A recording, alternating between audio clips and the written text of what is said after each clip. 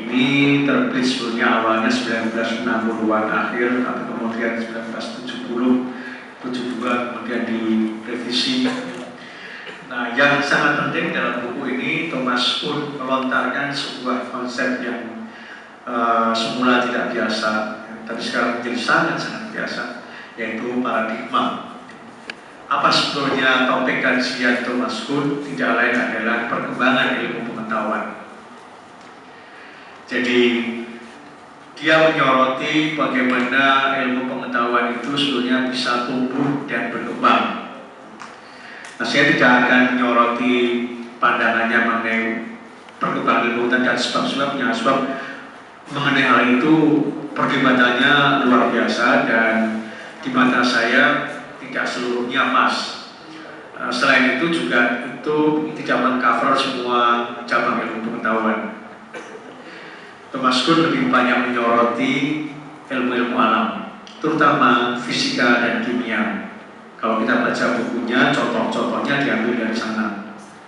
Tidak ada sama sekali contoh-contoh dari ilmu sosial budaya.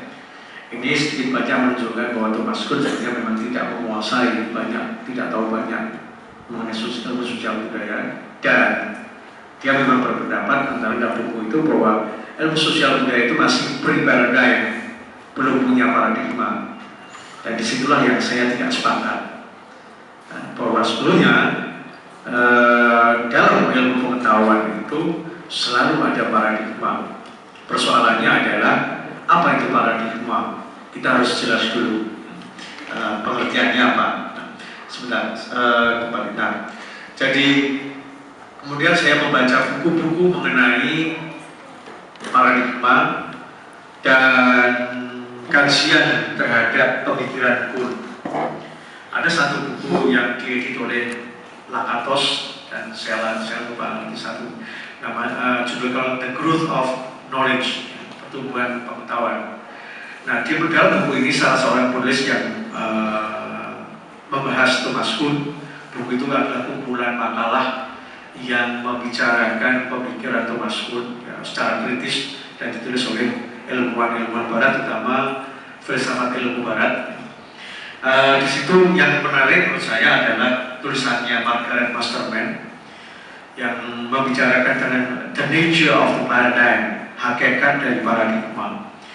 Dan Masterman mencoba mengkritisi apa sih pengertian paradigma menurut Thomas Kuhn.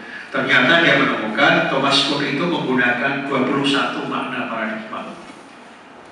Jadi dalam buku itu Thomas Kuhn menggunakan konsep paradigma untuk menunjuk 21 hal yang berbeda.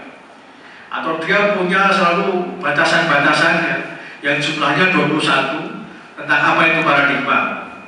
Nah, itu kalau kita baca bingung kita. Ini apa paradigma ini? Kadang-kadang dibilang ini, kadang-kadang dibilang itu, kadang-kadang dibilang itu lagi. Gak jelas. Nah, Masterman mencoba menawarkan sebuah gambaran tentang paradigma, tapi saya sangat tidak sepakat karena jadi terlalu filosofis. Padahal ini bukan persoalan filsafat saja, itu persoalan bagaimana itu nanti digunakan dalam praktek keilmuan kita sehari-hari, terutama dalam penelitian. Nah, saya mencoba membaca kembali bukunya Thomas Kuhn secara teliti, dan saya sepakat dengan Masterman, tetapi tidak 21 makna yang saya temukan, tapi 17 makna. Jadi saya sepakat bahwa Thomas Kuhn tidak konsisten, itu kritik yang pertama, dalam menggunakan konsep paradigma. Jadi walaupun dia sudah membahas macam-macam, tetapi pengertian paradigmanya tidak konsisten.